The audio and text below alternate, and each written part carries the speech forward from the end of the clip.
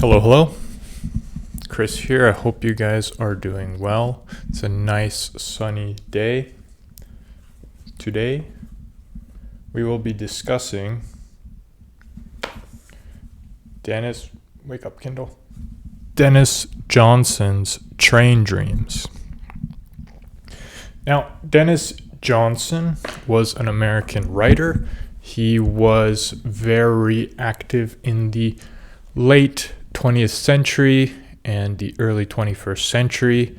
He passed away in 2017. And this novella, Train Dreams, I believe it was originally written in 2002, or at least a short story of it was written in 2002. And in 2011, it was published as a novella. And what does the story concern? It concerns Robert Grenier and his life. Now, Robert Grenier is an American of unknown parentage. He doesn't even know his own age, and he is living in the United States during a time of large transitions, and this being the late 19th century to the mid 20th century. Now, he's working as basically a woodsman, a forester, and cutting down trees for the most part, a sawyer. And he's living in around the Idaho Panhandle area. This is a world of spruce trees, birch trees, fir trees, pine trees, large, majestic, green, lush trees. And him and his companies, the companies that he's employed with, they are cutting down trees to make tracks, to make way for these railroads that have just encompassed the whole of the United States. By this point, this is where the real railroad fervor starts to hit its peak in the late 19th century. So he's living to a time of this transition from horse-drawn towards more of a train dominant United States, train as connecting both sides of the United States. And he is very much a part of this system that is essentially destroying the nature to make way for, we could say, connection, transportation, and we can even say industry civilization. Now, it concerns his life. He lives a pretty quiet life. He's a man of not too many words. He does have things to say, but he's a very simple man, a quiet man, a bit of a hermit in some ways. And the narrative does flip as far as it being told not in a chronological manner, but very often we'll go back to his childhood, certain events that happened then, and back to his old age, forward to his old age, and we start to get a bit of a panoramic picture of Grenier's life. Now, Grenier, the story for the most part actually concerns loss, a devastating loss that happens in Grenier's life. Grenier marries Gladys. They have a child called Kate, and a forest fire devastates the valley that they were living in, and Grenier comes home from a job. He's working for the most part seasonally. He works during I believe it'll be the spring season until the summer season. He works for the most part, at least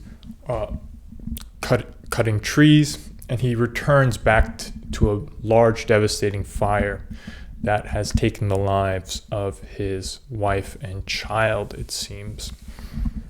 And much of the narrative concerns how he copes with this, himself being an isolated, very much an unknown figure. And it's a story, it's a voice, at least, these people who are working on these large, monumental, very much America-defining moments. It is a story, though, that isn't told as often about this time period and the people who built these railroad tracks that paved the way for this to happen. This is a time period in American history that, in my opinion, doesn't get told. This story doesn't get told as often. A perspective that's not as told. So, after this tremendous loss, he has to cope in life. And he finds solace. Grenier seems to find solace in animals, animal companions. For the most part, a dog is a tremendous companion, remains a tremendous companion for Grenier in his life. But there's a tension also as to whether this animal isn't truly his, and what the relationship is between him and the animal. But he does find solace in animals. There's also the question about nature, not just nature as in the trees, the forest, not just this tension between that nature and industry and deforestation, but also nature as in our own natures, human natures, animal natures.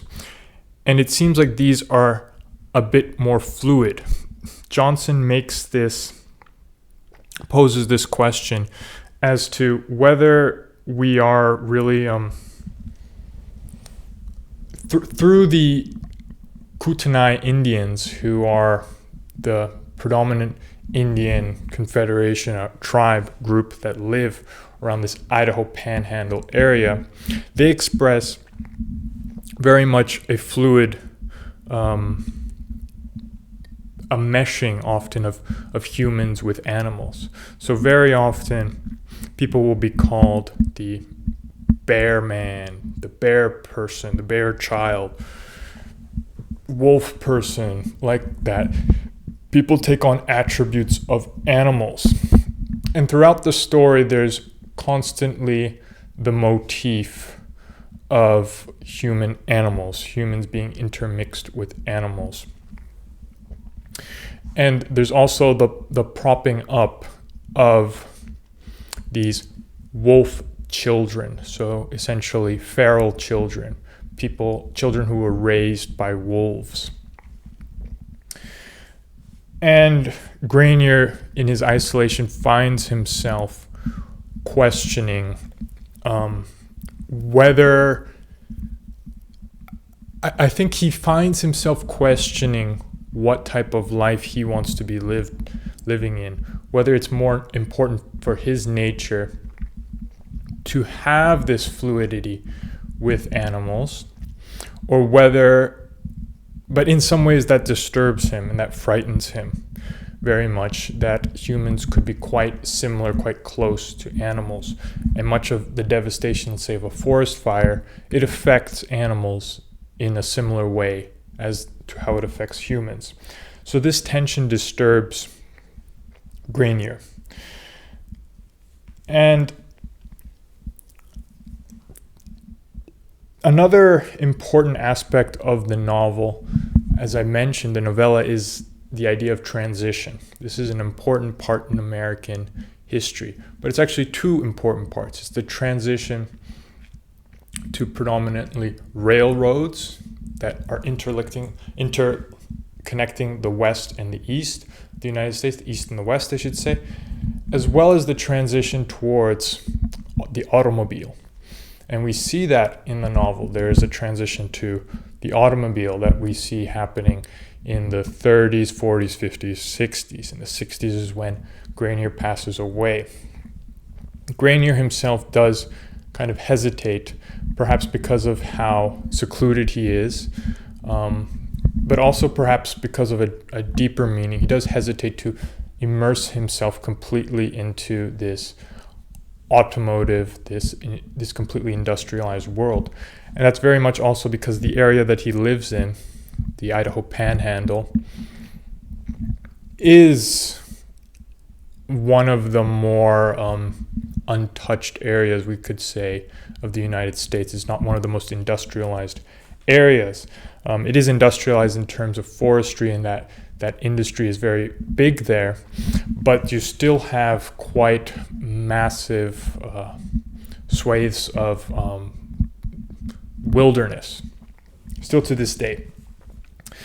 So speed and movement take on the attribute of being very much disorienting to Granier.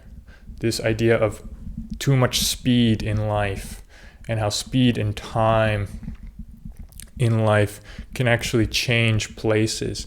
This disturbs Granier. After the fire happens in his valley, he wishes that things would go back to the way they were before. He struggles with how his life is right now. And I think that is a major point that Denis Johnson is trying to get across. It's that we have no real ability to stop speed, to revert to times past, and we just have that these moments, they do fade to black. They do, for the most part, get forgotten in history and pass into time. However, we as individuals can become owners of these moments. We can keep these moments and have an ownership of them for ourselves and for our own lives and our own stories. And that's why Robert Granier, while he lives a quiet life, that and his story doesn't seem to, it's not bombastic, and it's not told by many in American history. He's very much an unheard voice. These memories that he has and these experiences that he has, he does hold them for himself and manage to keep them till his dying breath. Now, the prose is in third person. It's often very removed, but we do get insights into Granier's psyche. The prose is, for the most part, very much like a Hemingway novel. It's very, very terse in a sense, not exactly completely detached, because we do enter into Granier's mind. It's not a completely third-person removed novel, but we do get a sense that it's almost as if it's written really from the perspective of Granier. Very simple, although it is in the third person. So that's Denis Johnson's Train Dreams. It's not a very, very long novella. Well, it's a novella, so it's not very long. It's about 100 pages. And I think it's quite a valuable novella because it does capture a very interesting point in American history, something that's very distinctly American. And it does also, I think, the fact that it deals with these themes of loss and nature do allow it to become still relevant to people who perhaps are not American themselves. So that's Denis Johnson's Train Dreams. Have a read, take a look. Thanks.